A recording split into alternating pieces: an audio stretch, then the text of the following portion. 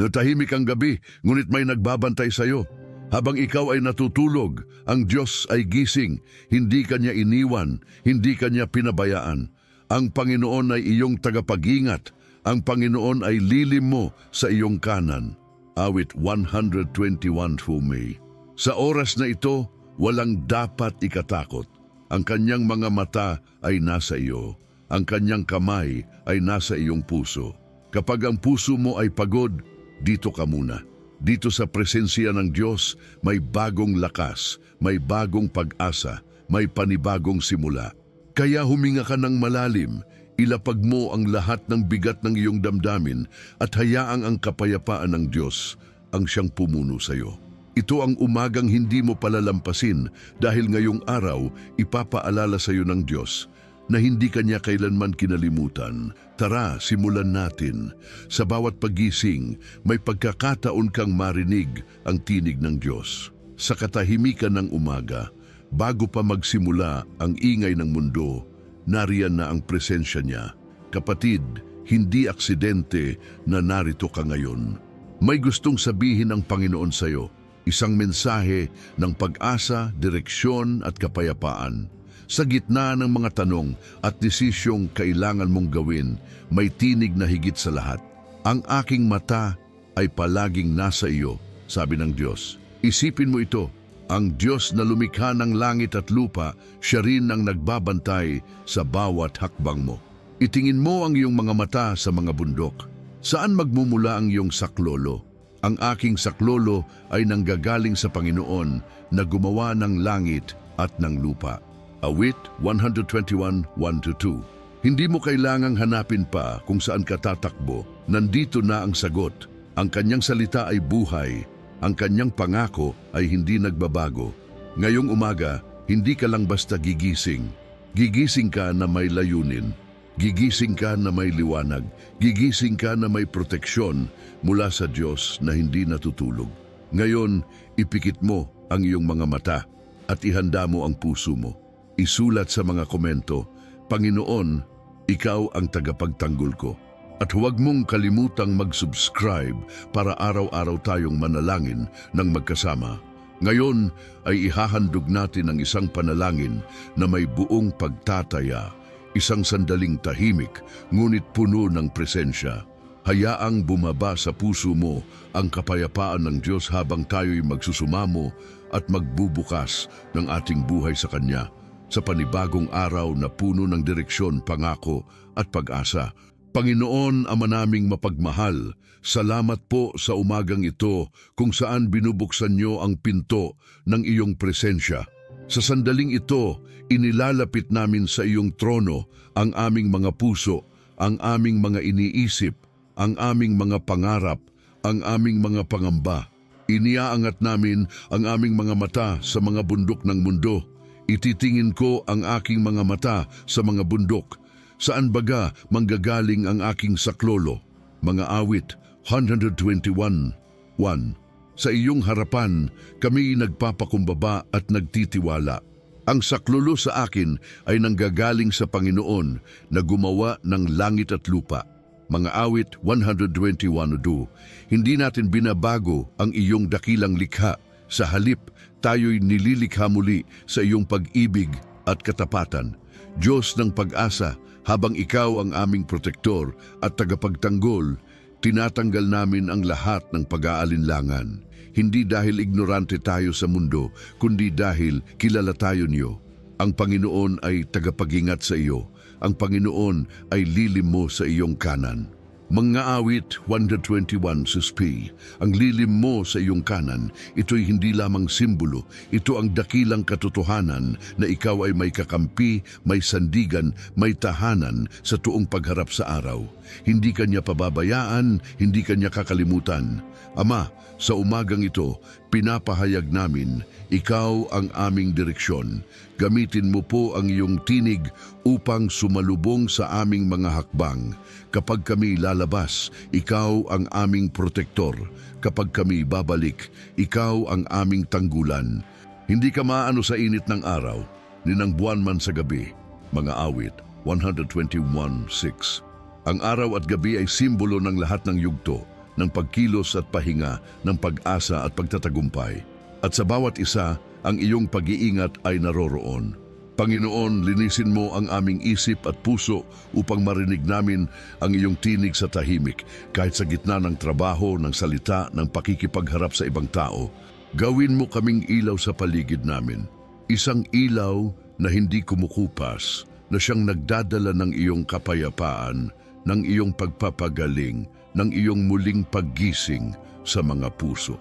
Mapagpakumbaba kaming nagsasabing, gamitin mo kami para sa iyong kaluwalhatian, hindi para sariling karangalan, kundi para sa iyong walahang hangganang layunin. Sa umagang ito, kasama ang bawat sigaw ng puso para sa direksyon at bawat bulong ng pagpapakilala sa iyong presensya. Pinili namin ang pananampalataya. Pinili namin ang pagtitiwala, hindi dahil madaling landasin, kundi dahil tunay mong kasama ang bawat hakbang. Si Yahweh ang siyang sa iyo'y mag-iingat sa lahat ng kapahamakan, kaniyang iingatan ang iyong kaluluwa. Mga awit 121:7. Kami kumakapit sa iyong pangako. Ikaw ang aming bantay, ang aming gabi at araw na liwanag. Ngunit hindi lang ito para sa amin. Ang panalangin na ito ay para sa lahat ng nakikinig sa ngayon. Para sa bawat isa na may pangarap na ngayoy nagigising. Para sa bawat isa na may hakbang na ngayon ay nagsisimula. Para sa bawat isa na nangangailangan ng tinig na magsabi, ako'y narito. Sa bawat paghinga mo ngayon, tanungin mo ang puso mo, handa ka bang marinig ang direksyon ng Diyos? Handa ka bang tumayo at magsabi, Panginoon, ikaw ang aking tagapagtanggol, ako'y tumitiwala sa iyo? Hayaang bumuo ang kapayapaan sa loob mo. Hayaang ang araw na ito magsimula hindi lamang sa pisikal na paggising, kundi sa espiritual na pagiliw ng Diyos sa iyong buhay. Ilapag mo lahat, ang iyong mga pangamba, ang iyong mga plano, ang iyong mga hangarin. Ipasa sa Kanya. At hayaang Siya ang magsabi kung paano tayo lalakad. Ngayon, ipaglaban natin ang isang bagong pananaw. Hindi na tayo basta maglalakad sa dilim. Tayo'y lalakad na may liwanag. Hindi na tayo basta maghihintay sa bukas. Tayo'y tatayo na sa kasalukuyan. Pinapangalagaan, pinagpapala. Isulat mo sa komento, Panginoon, ikaw ang aking tagapagtanggol.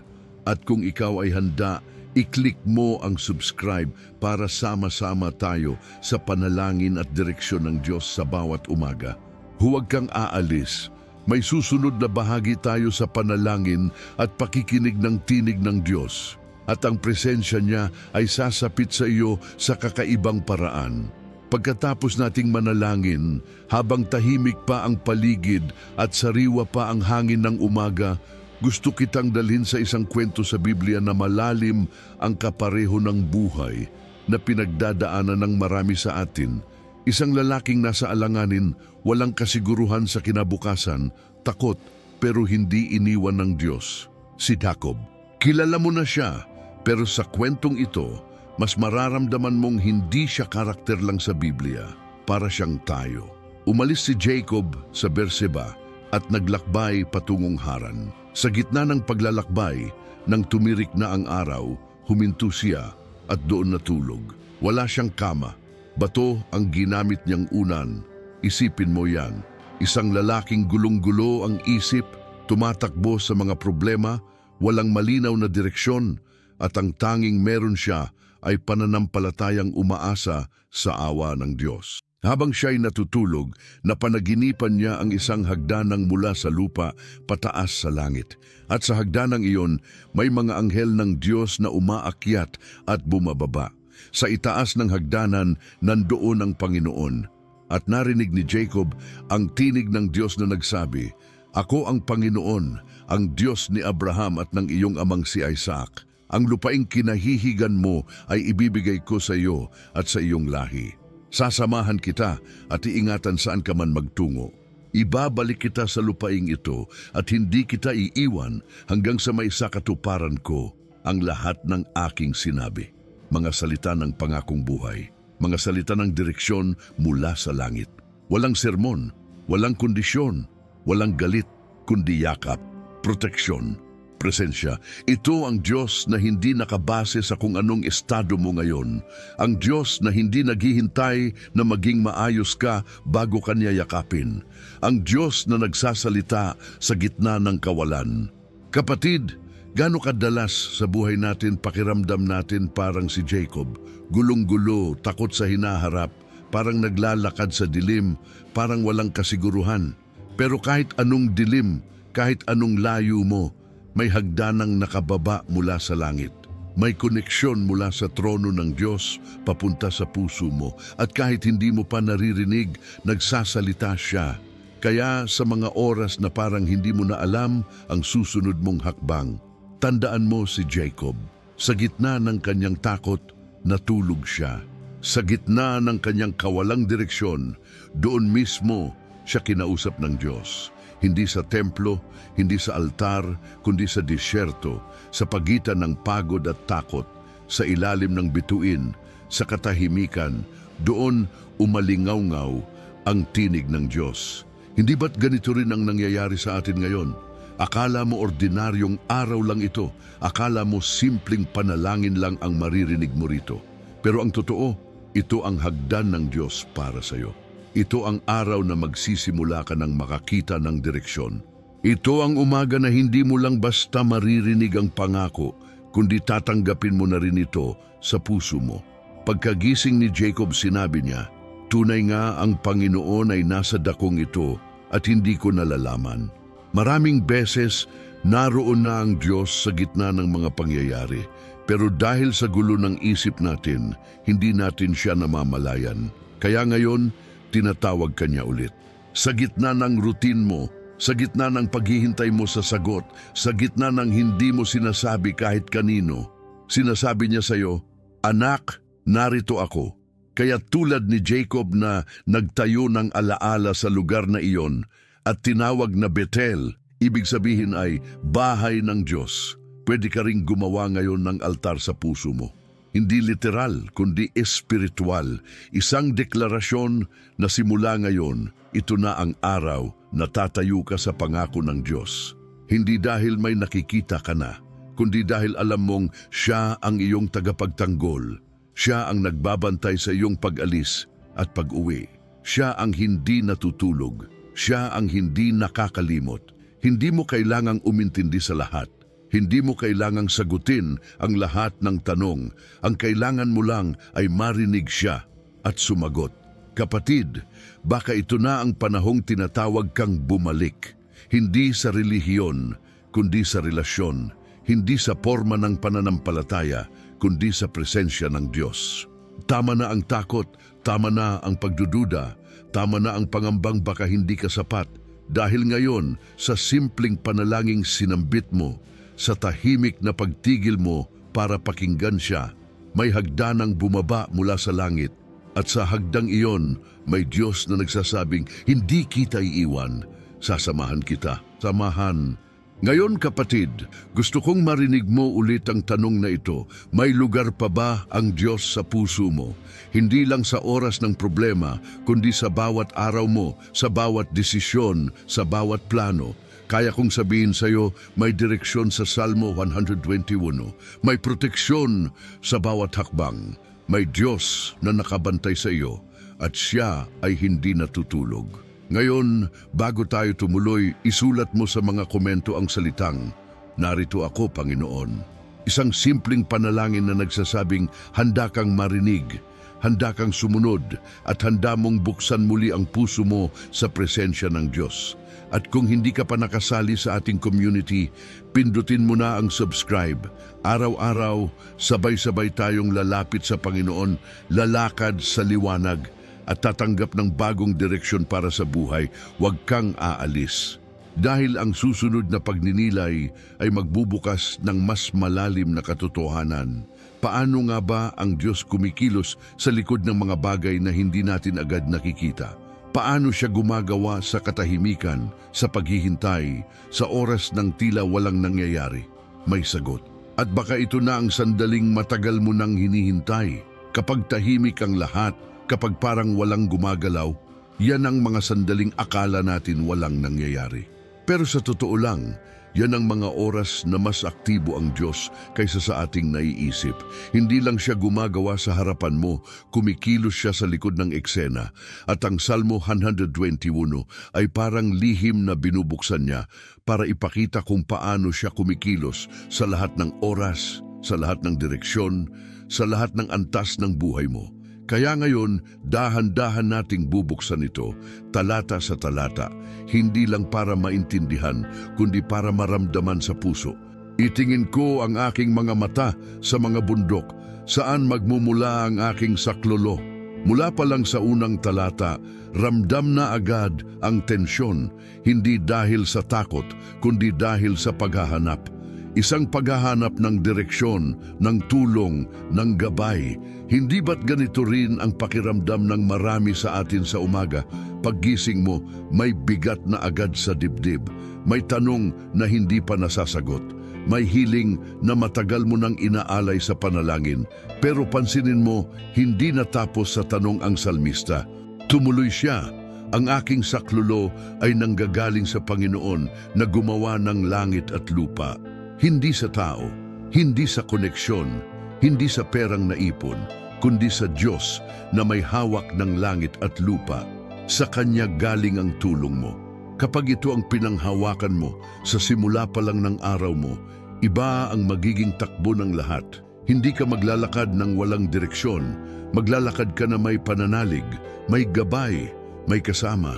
Huwag niyang ipaubaya na ang paa mo ay makilos. Siya na nag-iingat sa iyo ay hindi iidlip. Sa simpleng Tagalog, hindi kanya pababayaan. Hindi siya natutulog, hindi siya nagkakamali. Hindi siya tulad ng tao na kapag pagod, tumitigil. Ang Diyos na nagbabantay sa iyo ay laging gising. Kahit ikaw ay tulog, gising siya. Kahit hindi mo siya nararamdaman, gumagalaw siya. Narito, siya na nag-iingat ng Israel ay hindi iidlip ni matutulog. Hindi lang ikaw ang iniingatan niya. Ang buong bayan niya, ang bawat anak niya, iniingatan niya. Kaya kung minsan parang ang daming nangyayari na hindi mo maintindihan, alalahanin mong hindi lang ikaw ang sinusustento niya. May mas malawak siyang galaw. Pero kahit ganoon, hindi ka nalilimutan. Kahit sa gitna ng bilyong tao, kita ka pa rin niya. Naririnig pa rin niya ang panalangin mo. Hawak pa rin niya ang puso mo. Ang Panginoon ay tagapag-ingat sa iyo. Ang Panginoon ay lilim mo sa iyong kanan.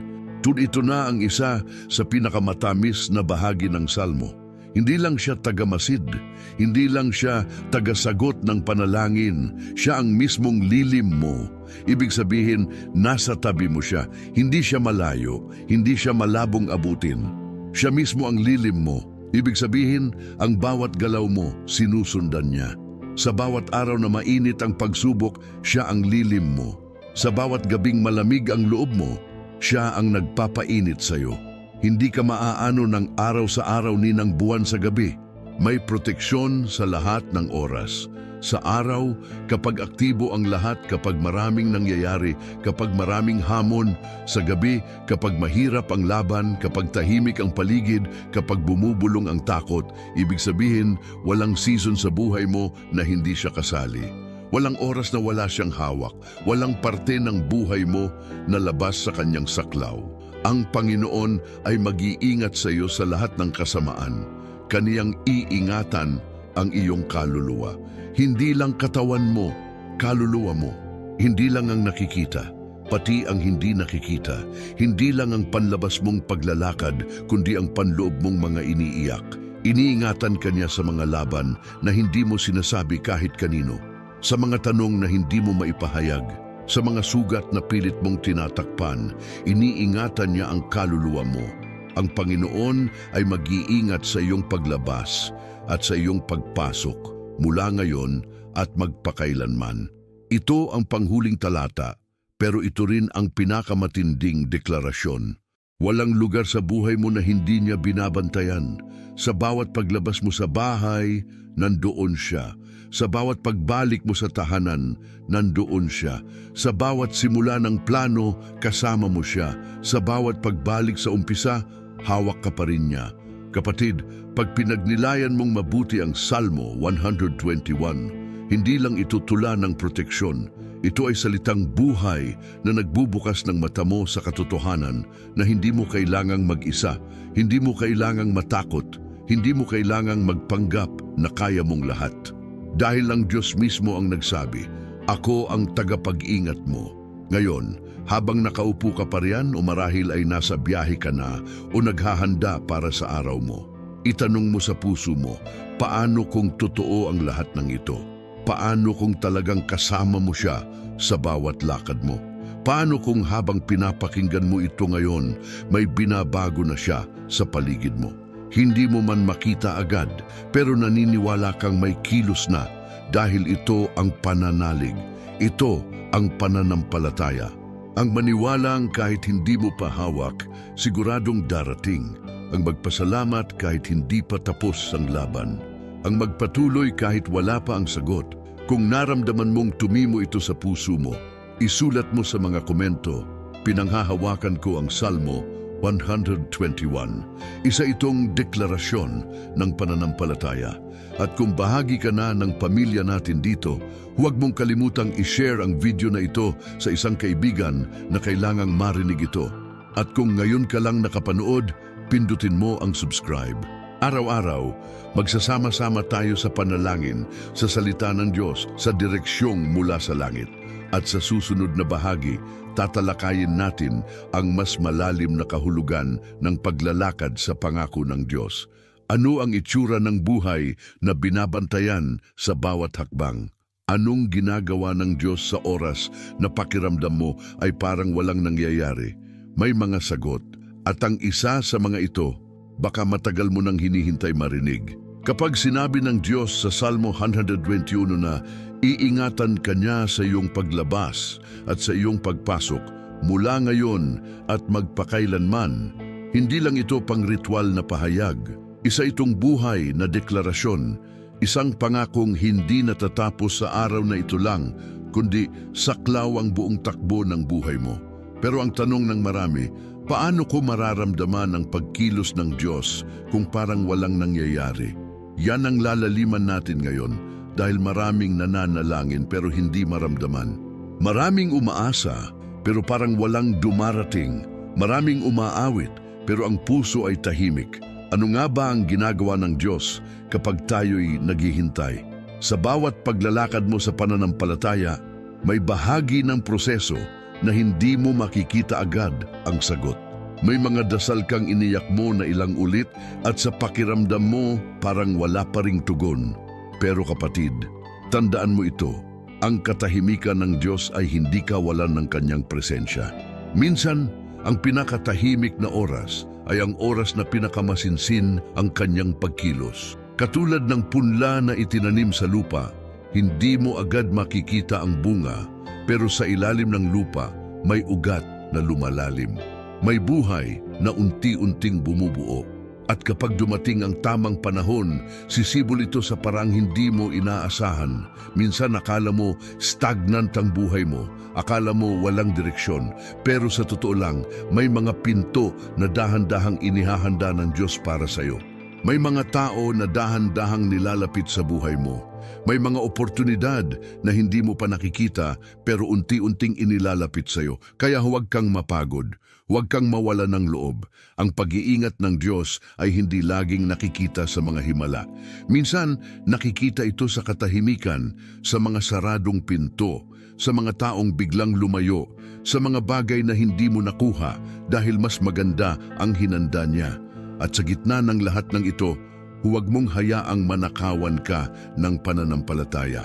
Ang pananampalataya ay hindi pagkakaroon ng lahat ng sagot, kundi ang pagpili na magtiwala kahit wala kang nakikita. Ganyan ang lakad ng isang taong pinangangalagaan ng Diyos. Hindi mo kailangang ipilit lahat. Hindi mo kailangang kontrolin ang bawat detalye. Ang kailangan mo lang magpatuloy, magtiwala, sumunod, at hayaang ang Diyos ang magbukas ng tamang pinto sa tamang oras, sa tamang paraan. Minsan, ituturo sa iyo ng Diyos na hindi lahat ng delay ay kabiguan. Minsan, ang delay ay proteksyon. Minsan, ang sagot na hindi pa ngayon ay isang oo na mas matibay, mas buo, mas masagana. Sa Salmo 121, hindi sinabi ng Diyos na walang problema. Ang sinabi niya, hindi kanya iiwan, hindi kanya pababayaan, hindi kanya hahayaang malugmok, hindi kanya kailanman titigilan, dahil ikaw ay mahalaga at ang buhay mo ay may layunin. Ngayon kapatid, tingnan mo ang paligid. Baka yung akala mong maliit na bagay lang ay isang hakbang na pala ng Diyos sa buhay mo.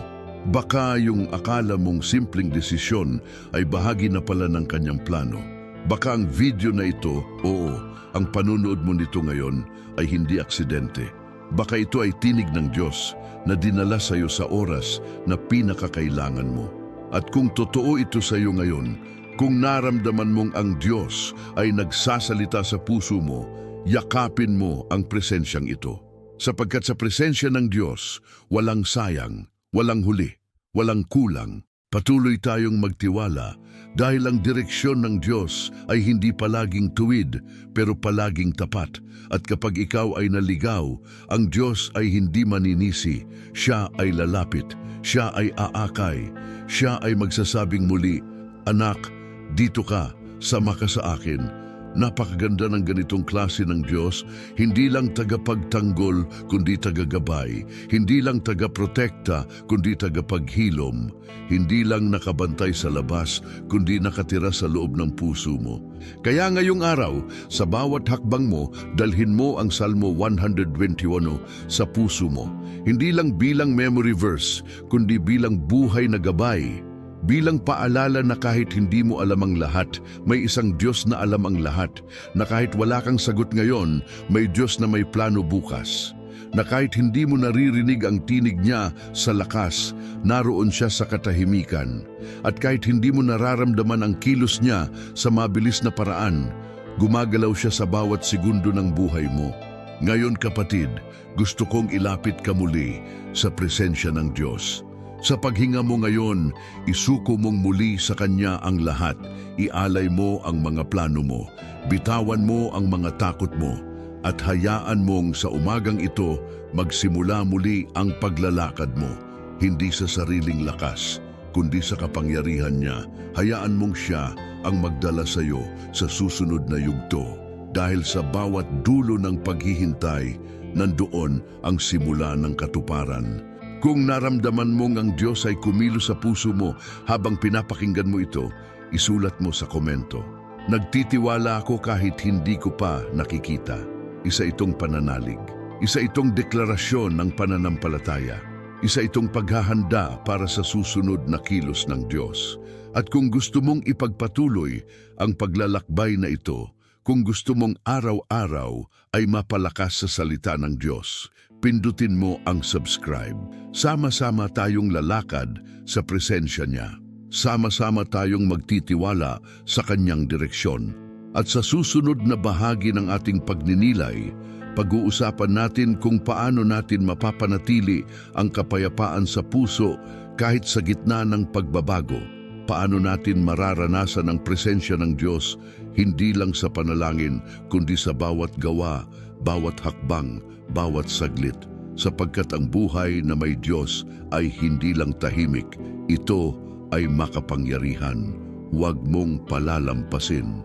Ngayong tapos na nating balikan ang bawat pangako ng Salmo 121 at nalubos na natin ang katotohanan ng pagiging tagapagtanggol ng Diyos, hayaan mong tapusin natin ito sa isang pagninilay na buo, malalim at personal.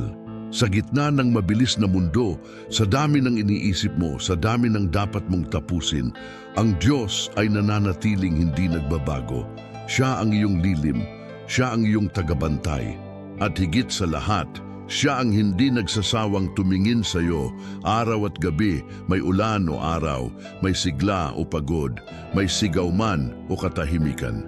Kapag may mga araw kang parang pagod ka ng maniwala, balik ka lang dito. Pakinggan mong muli ang Salmo 121. Hindi ito kwento lang ng ibang tao. Ito ay kwento mo. Ito ay paalala ng langit para sa iyo. Sa bawat hakbang ng buhay, sa bawat bukas ng pintuan, sa bawat paglabas mo ng tahanan at pagbabalik sa gabi, ang Diyos ang nag-iingat sa iyo. Hindi dahil sa galing mo, hindi dahil sa kabutihan mo, kundi dahil mahal ka niya. At ang pagmamahal niyang yan ay hindi kayang sukatin ng mundo. Kaya ngayon, tahimik kang huminga. Bitawan mo ang mga alalahanin. Hayaan mong punuin ka ng kapayapaan ng Diyos. Kapayapaang hindi kayang tapatan ng kahit anong bagay sa mundo. Ito ang kapayapaang galing sa Kanya na nagsabing, "Ako ang iyong tagapag-ingat." Panghawakan mo ito araw-araw. Gawin mong ugali ang pagbubukas ng umaga mo sa panalangin. Gawin mong ugali ang pagbibigay ng espasyo sa Diyos na makausap ka bago ka kausapin ng mundo. Dahil kapag nauuna siya sa buhay mo, nagkakaroon ng direksyon ang lahat. Nagkakaroon ng ilaw sa gitna ng dilim. Nagkakaroon ng lakas kahit pagod na. Hindi ka nag-iisa, hindi ka iniwan, at hindi ka kailanman pababayaan. Isulat mo sa mga komento, "Lumalakad ako sa pangakong Salmo 121." Sabihin mo ito ng buong puso bilang pagtanggap sa bagong araw, bagong simula at bagong pananampalataya. At kung hindi mo pa nagagawa, pindutin mo ang subscribe dahil araw-araw dito tayo magkikita sa presensya ng Diyos para sa bagong panalangin, bagong direksyon at bagong pag-asa. At ngayon, habang nandyan ka pa, may video dyan sa screen na tiyak na makakatulong pa sa'yo. Panoorin mo yon. Hindi aksidente na narito ka. Ito na ang simula ng bagong paglalakad mo sa piling ng Diyos.